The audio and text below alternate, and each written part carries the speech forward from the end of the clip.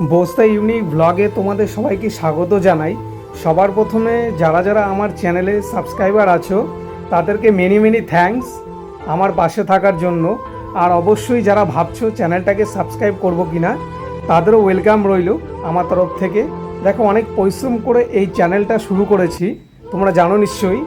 তো আমার পাশে থাকো, তাহলে অনেক দূর পর্যন্ত আমি এগোতে পারবো। জানি দেখো, একটা শেখার কোনো বয়স নেই ও দেখার কোনো কিন্তু শেষ নেই। যতটা পারবো আমি আমার ব্লগে পারিপার্শ্বিক পরিবেশ ও সৌন্দর্যকে দেখাতে ও বোঝাতে চেষ্টা করব বন্ধুরা। তো আজকের ব্লগটা আমি দুটো পার্টে করেছি। আজকে প্রথমে আমি পার্ট 1টা দিলাম, তো আশা করি তোমাদের সবার ভালো লাগবে। প্লিজ ভিডিওটা দেখো কিন্তু, আর একটা লাইক কিন্তু আমি আশা করছি তোমাদের কাছ থেকে বন্ধুরা। চলো শুরু করছি আজকের এই ব্লগটা।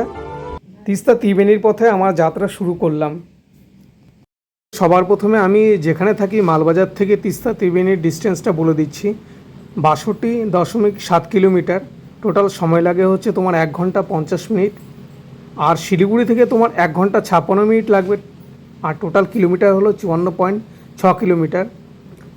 আর এখানে তোমার ত্রিবেণীতে যে বেস ক্যাম্প আছে তাতে তোমরা 1500 টাকা পার হেড দিয়ে তোমরা এক রাত্রি এখানে স্টে করতে পারবে।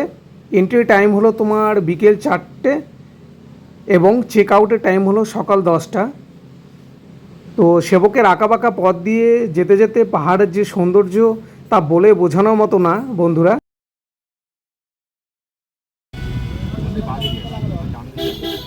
দেখো, এটা হলো তোমার তিস্তা কর্নেশন সেতু, তিস্তা ব্রিজ।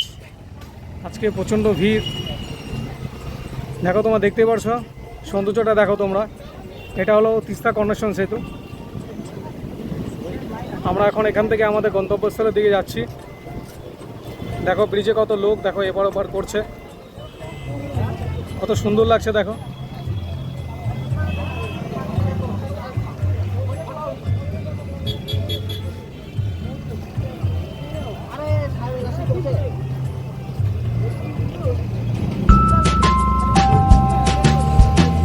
দেখো দুপাশে পাহাড়, মাঝখান দিয়ে নদী বয়ে চলেছে। দেখো কত লোক দাঁড়িয়ে আছে, দেখো তোমরা দেখতে পাচ্ছ।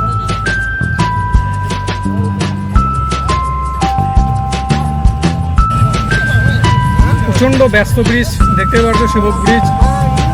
দেখো এখন আমরা সেবক ব্রিজ উপর দিয়ে যাচ্ছি। খুবই পরিচিত, বহু পুরাতন ব্রিজ,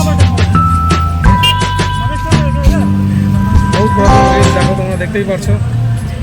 দেখো এই সাইডটা হয়ে গেল তোমার শিলিগুড়ির দিকে যাচ্ছে এখন। আর এই সাইডটা যে হয়ে গেল, আমরা এখন এদিকে যাচ্ছি। আমরা যে এখন কালিম্পং ডিস্ট্রিক্টের দিকে ঢুকবো। দুটো পার্ট হয়ে গেছে এখানে, একটা শিলিগুড়ি, একটা কালিম্পং। ভুটান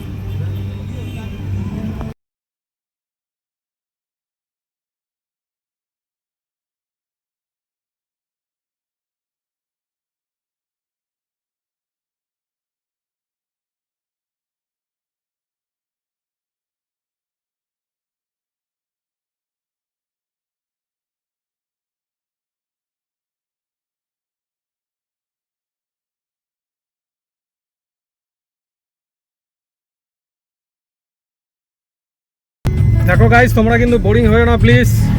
বোরিং হলে কিছু দেখতে পারবে না। আমাদের জার্নি কিন্তু চালু আছে, অনেক দূর পর্যন্ত যেতে হবে। তোমরা অ্যাটলিস্ট ধৈর্য রেখেও কিন্তু। নতুন ব্লগার, বুঝতে তো পারছো কত দায়িত্ব আমার উপরে। একটা চ্যানেল দাঁড়া করাতে গেলে জানি অনেক পরিশ্রম করতে হয়।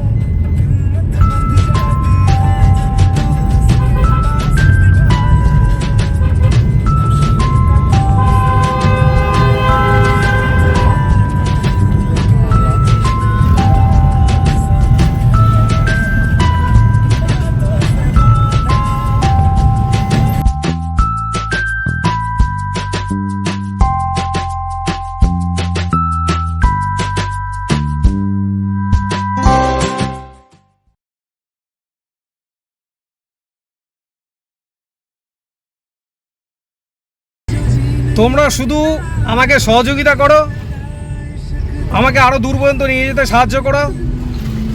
সেটা হলো তিস্তা পুল। এই তিস্তা পুলের উপর দিয়ে কিন্তু তোমার কালিম্পং, ইভেন তোমার গ্যাংটক এই রাস্তাটা চলে গেল। আমরা কিন্তু নিচের রাস্তাতে নেমে গেলাম এখন। ত্রিবেণীর দিকে। দেখো এখানকার প্রাকৃতিক সৌন্দর্যগুলো দেখো, কত সুন্দর লাগছে। দেখো পাহাড়ের উপরে বাড়ি, দেখো এই দেখো তিস্তা নদী। আর এখন একটু খিদে পেয়েছে, তাই ভাবলাম একটু রাস্তায় যাওয়ার পথে একটু চা খেয়ে নিই। তো এই যে দোকানটা দেখতে পাচ্ছ, এই দোকানে এখন একটু চা খেয়ে নেবো, কিছু স্ন্যাক্স নিয়ে নিব।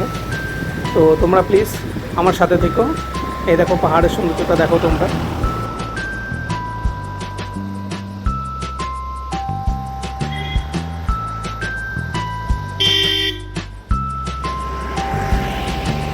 দেখো পথে যাওয়ার পথে এই তিস্তা বাজারে আমরা একটু দাঁড়ালাম। দেখো তিস্তা বাজার, এটা মানে ত্রিবেণী তো তোমার যাওয়ার পথেই পড়বে এই বাজারটা। এখানে সব কিছুই পাওয়া যায়। দেখো শাকসবজি দেখতে পাচ্ছ, চা কফি থেকে আরম্ভ করে সব কিছুই পাওয়া যায়। পিছনে তোমার কাপড়ের দোকানও দেখলাম, সব কিছুই আছে এখানে। ভালোই লাগছে বেশ দেখে। আর তোমাদের কেমন লাগছে তোমরা জানিও কমেন্টসে।